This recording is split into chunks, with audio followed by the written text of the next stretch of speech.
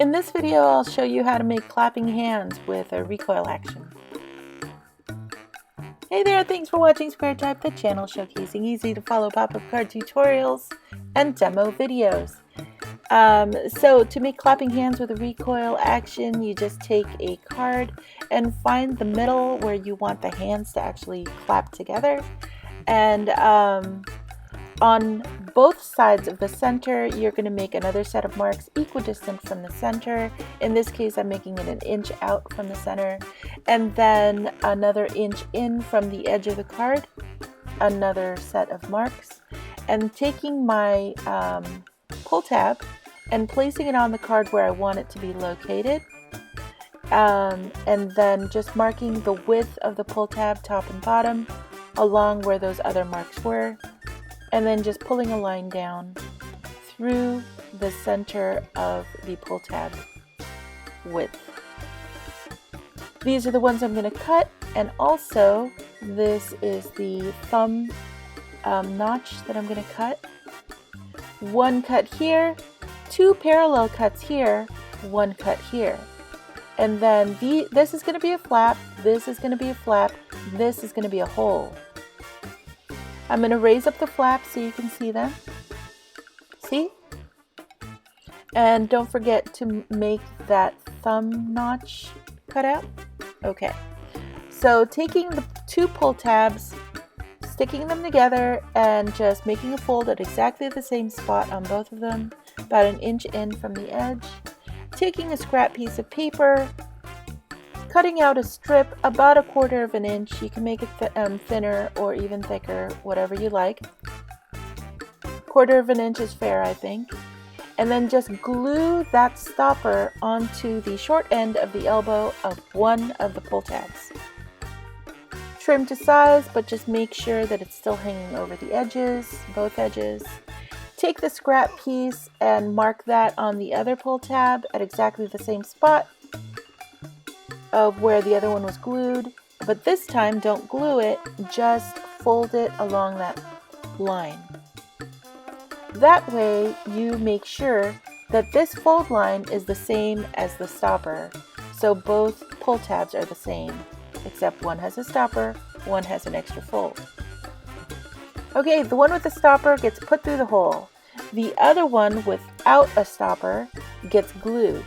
You just glue it from the edge up to the first fold mark.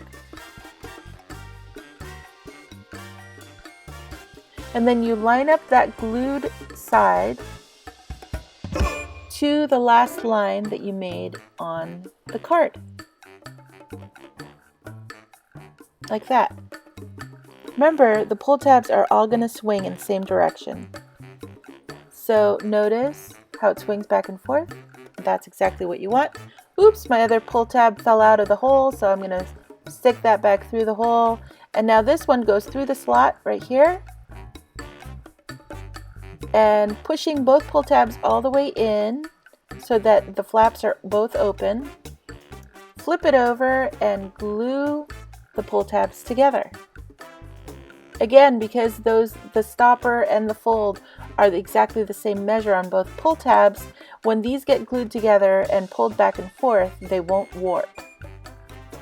Now I'm just waiting for the glue to dry, and when that's done, I'm going to slip the tail through the last slot.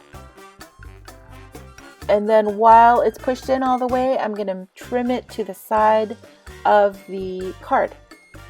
Now taking 2 more strips, same size as the pull tabs, I'm just going to glue them onto the flaps. So these are going to be the arms of my hands. And then I can glue my hands onto the ends of these arms.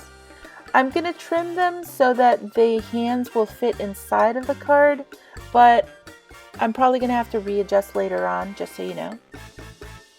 I'm just trying to make sure that the hands will slap together at this point, just so I can show you here on film. It's not very pretty, but I'm just trying to show you how the mechanism works. So see how when I pull the pull tab, the hands stay together when I let go? To get that recoil action, you just take a rubber band, cut it in half, and then make a knot on both ends like this. On one end, you're going to take a piece of tape and just tape it to the back of the pull tab. And then pull it slightly and then tape it to the other side, taping it onto the back of the cart. Now it has that recoil action.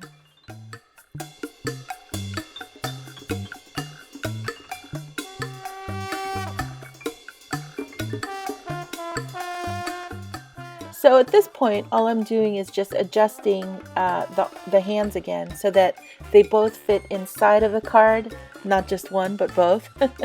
And so that they still slap together, I had to readjust the other arm.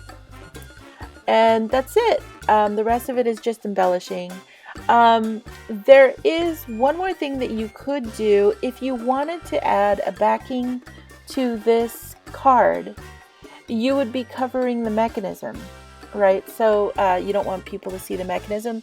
That's perfectly fine, but you have to remember that this requires a swinging action on the back, and that's actually sensitive to pressure. So you have to make sure that when you put something on the back, it has to have a spacer. So in this case, I've got my little cutout. I've got the same figure, really, with the same mechanism on the back, and this time I'm going to glue it onto a card, and that's the same as putting a backer on an existing card. So the way I accomplish that is I just take a bunch of foam and I stack it on top of each other until it's thick enough to allow for enough room for that swinging action to happen, and it doesn't hinder the mechanism.